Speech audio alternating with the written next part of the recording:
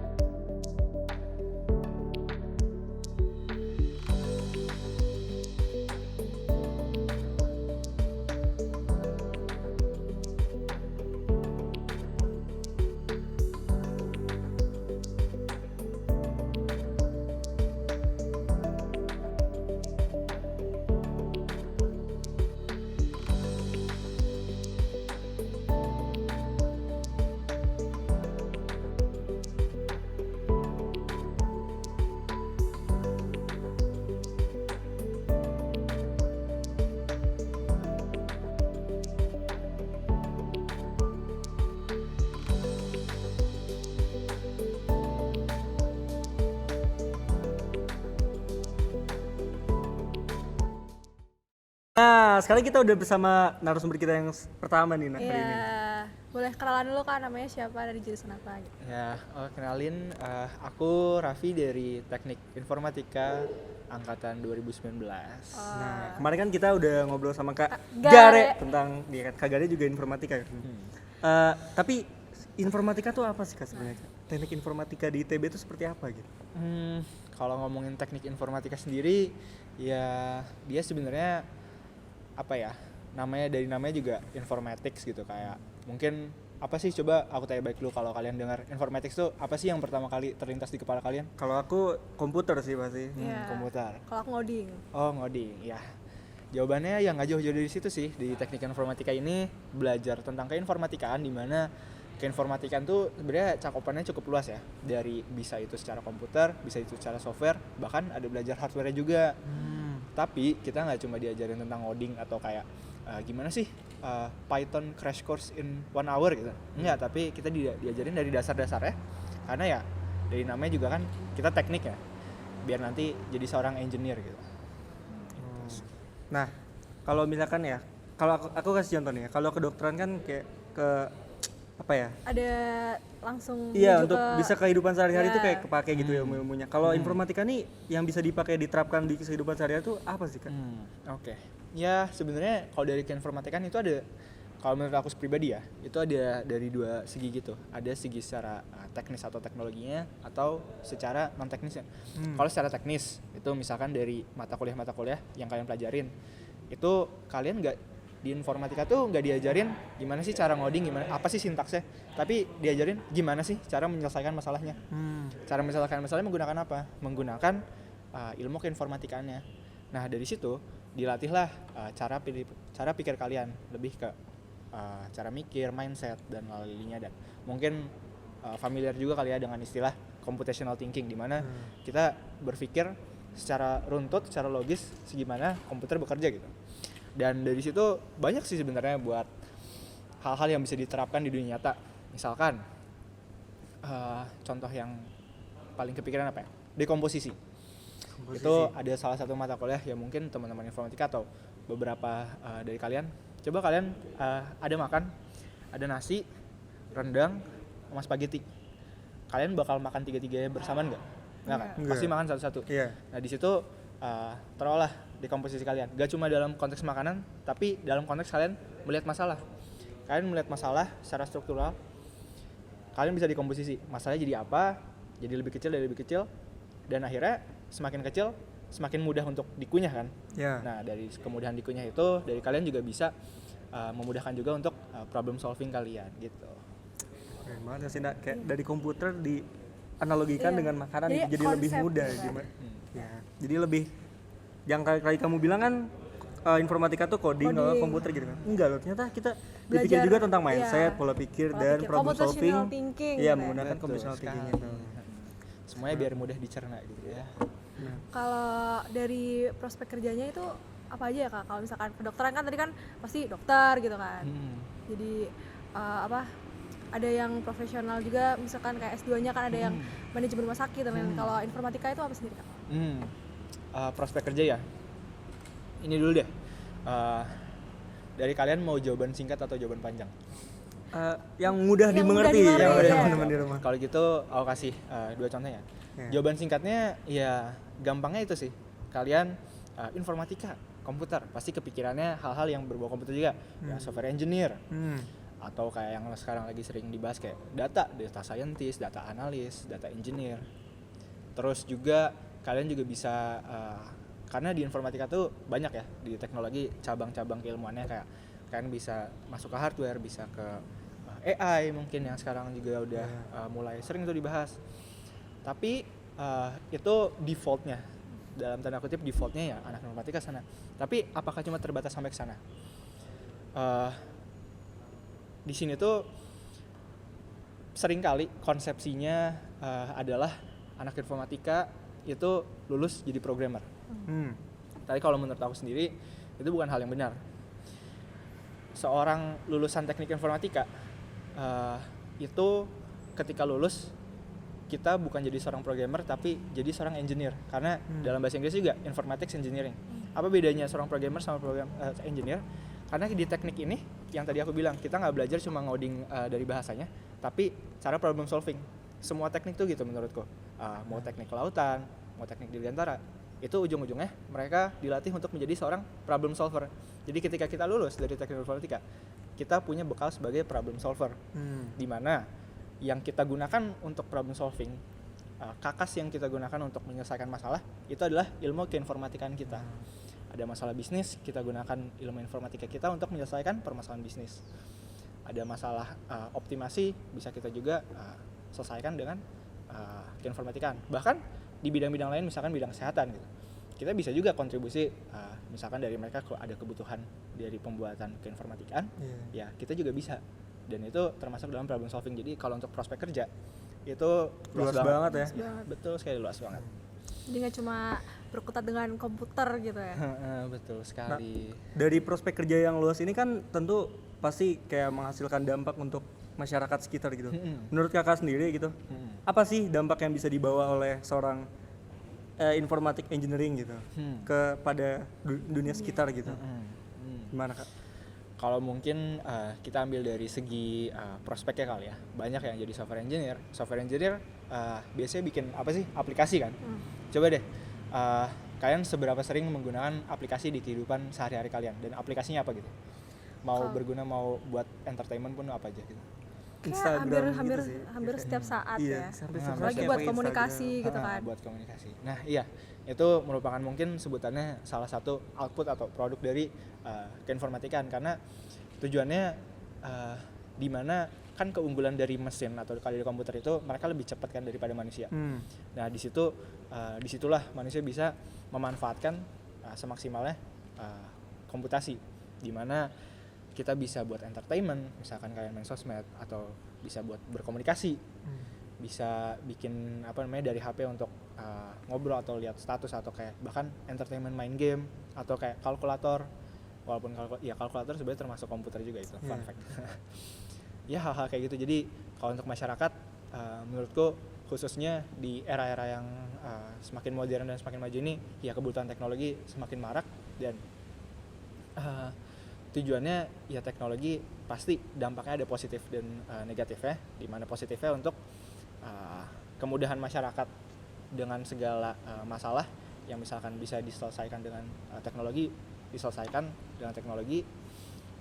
Pun ada dampak negatifnya, misalkan ya hal-hal yang kayak paparan teknologi yang justru perkembangannya terlalu cepat, yang mungkin manusia tuh secara otak tanda kutip masih primitif, karena kita evolusinya tuh masih rendah lah, maksudnya gak secepat perkembangan teknologi yang ada. Jadi terkadang pinter-pinter juga makanya milih konten menggunakan teknologi, karena ya kita tuh udah bukan lagi di era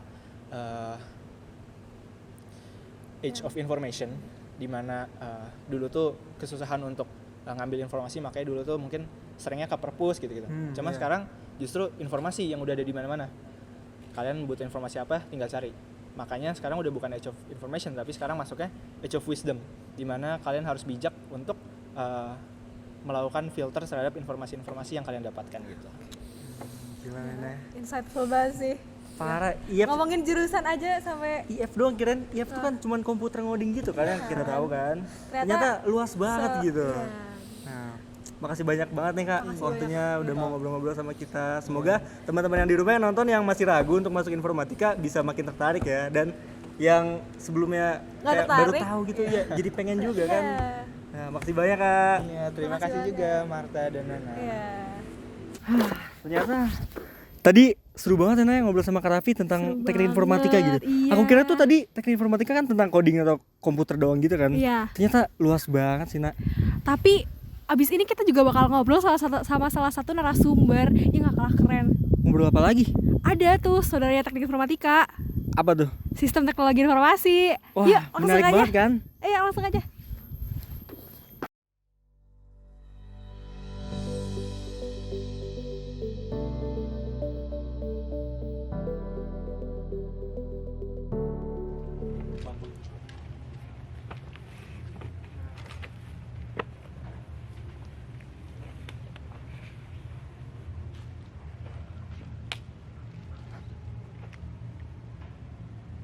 Nungguin ya. Oke, setelah kita tadi ngobrol seru banget tuh ya tentang Iya, teknik informatika sama Kak Kak Raffi. Sekarang saatnya kita beralih nih ke jurusan selanjutnya yaitu STI. Iya. Apa Yang- STI itu apa sih gitu kan? Itu jurusan aku Nak, Iya, kebetulan. jurusan kamu. Nah, jadi Nah. aku tuh dulu mau masuk STI itu karena apa ya, awal tuh gak terlalu suka ngoding kan, Iya. dan gak terlalu paham tentang ngoding, tapi pengen yang komputasi gitu. Nah. Belajar bisnis juga sama ya itulah pokoknya tentang manajemen bisnis gitu kan. Kita gitu sekarang ya. ada narasumber satu lagi yang gak kalah keren. Kita kenalan dulu kali kan. Namanya siapa? Hai semuanya, kenalin nama aku Zarfa dari STI 2019 kebetulan. Berarti ini cutting aku guys. Iya. Nah, menurut kakak nih ya sebagai mahasiswa tingkat akhir jurusan STI gitu, bener nggak sih Kak tadi apa yang aku pikirin di awal gitu, kayak setelah kakak lewatin gitu bener gak gitu, valid gak? Menurut aku benar banget sih. Jadi di STI ini tuh banyak bidang-bidang yang kita pelajarin gitu. Jadi kita belajar kayak tentang ngoding-ngoding juga, terus kita belajar bisnisnya, manajemennya, dan mungkin desain-desainnya juga kita banyak belajar juga ya. Oh UI Bahkan- UX gitu ya Kak? Iya, UI UX, dan bahkan misalnya kayak sistem-sistem yang elektro gitu kita pernah ada mata kuliahnya gitu loh. Jadi menurut aku sangat luas gitu sih buat STI ini. Jadi perbedaannya antara IF sama dan STI itu apa? Nah, pertanyaan bagus. Jadi ini tuh banyak ditanyain mungkin buat teman-teman juga ya. Tapi aku kasih analogi aja. Jadi kalau IF itu jadi dia kayak gelas gitu, sementara STI itu kayak piring. Kenapa kayak gitu? Karena IF itu jadi dia lebih dalam gitu, mempelajarinya kayak bidang-bidang yang kecil, maksudnya skopnya kecil, cuma dia mendalam. Iya. Sementara kalau STI itu dia skopnya lebih luas, yang tadi aku bilang banyak banget kita belajar tentang hal-hal kayak nggak cuma ngoding atau nggak cuma bisnis, cuma kayak kita juga kayak belajar yang lain-lainnya juga. Jadi buat kerjaan juga mungkin bisa lebih luas gitu. Sementara ya tapi balik lagi sih, jadi harus lebih dalam juga kita ngedalamin sendiri karena kita kan lebih ke generalis gitu daripada spesialis kayak IF gitu. Oh berarti bebannya tuh kalau misalkan IF yang aku tahu ya, IF itu kan bebannya kayak ngoding Ngoding, terus. STI Secara itu lebih ke detail. ini enggak sih, kayak lebih nanti lulusnya kita harus Harus memperdalam ngedalamin ilmu lagi sendiri. gitu. Iya, lebih ke banyak explore sendiri sih gitu. Jadi kalian kan dikasih nih berbagai scope bidang yang kalian pokoknya mau milih yang mana, abis itu di sana baru kalian dalemin sendiri gitu. Tapi banyak yang bisa dipelajarin dari bidang-bidang yang lain. Jadi kayak kalian juga bisa jadi jembatan antara bidang satu dengan bidang yang lainnya juga gitu. Seru banget ya sih seru STI banget. itu. Gak ngoding doang gitu Nak. Pindah kali, Nah, pindah pindah STI kali gitu. ya.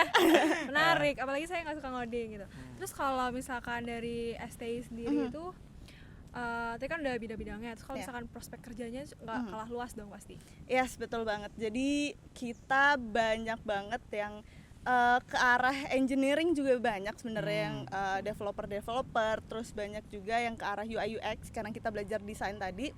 Dan banyak juga yang misalnya kayak sistem analis, bisnis analis atau kayak product manager juga itu banyak. Jadi bisa kemana aja sih, tergantung kita mau minat di mana dan kita mau ngedalemin di mana gitu.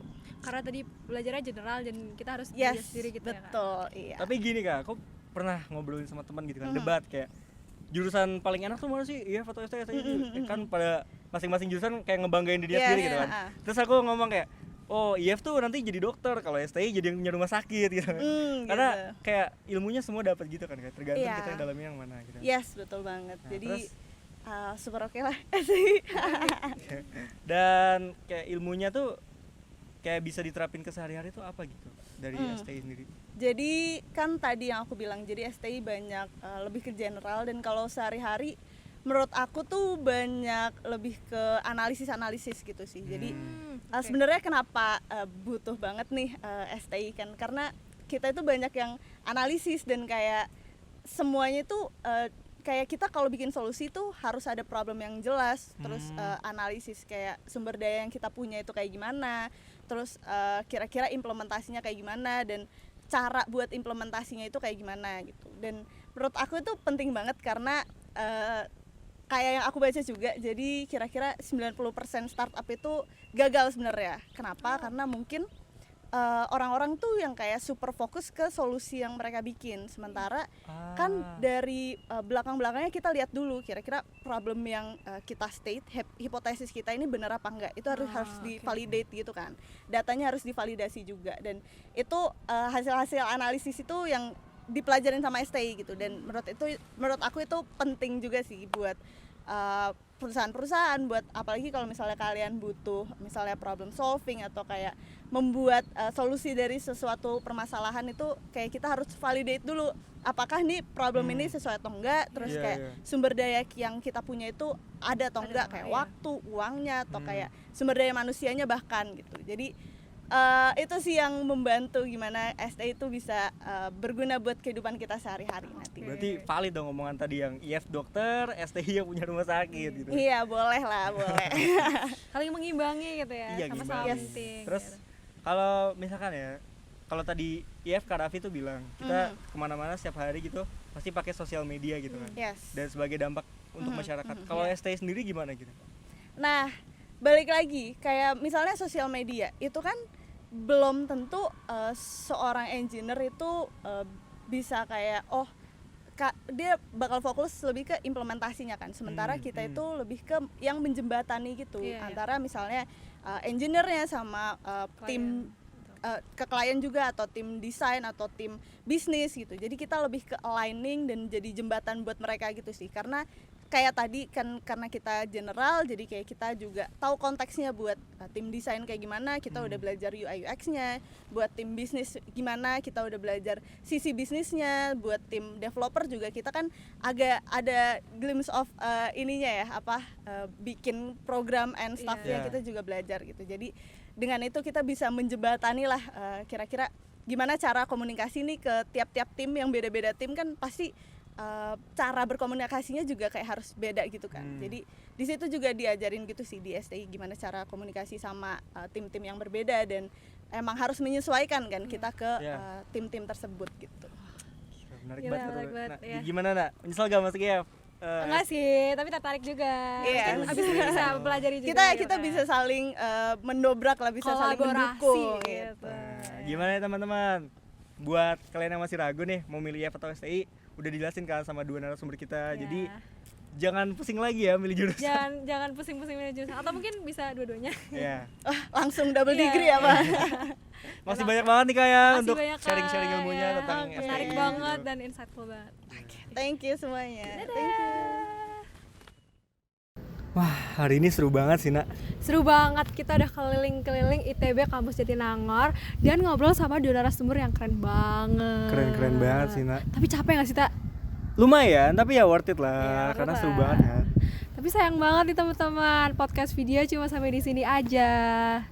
Tapi jangan sedih, kalian masih bisa ketemu kita kalau kalian join Arkavidia, karena di Arkavidia bakal ada lomba kompetitif programming, UX Vidya, data Vidya, dan Arka Arka Logika. Jangan lupa pantengin sosial medianya Arkavidia juga ya. Dadah.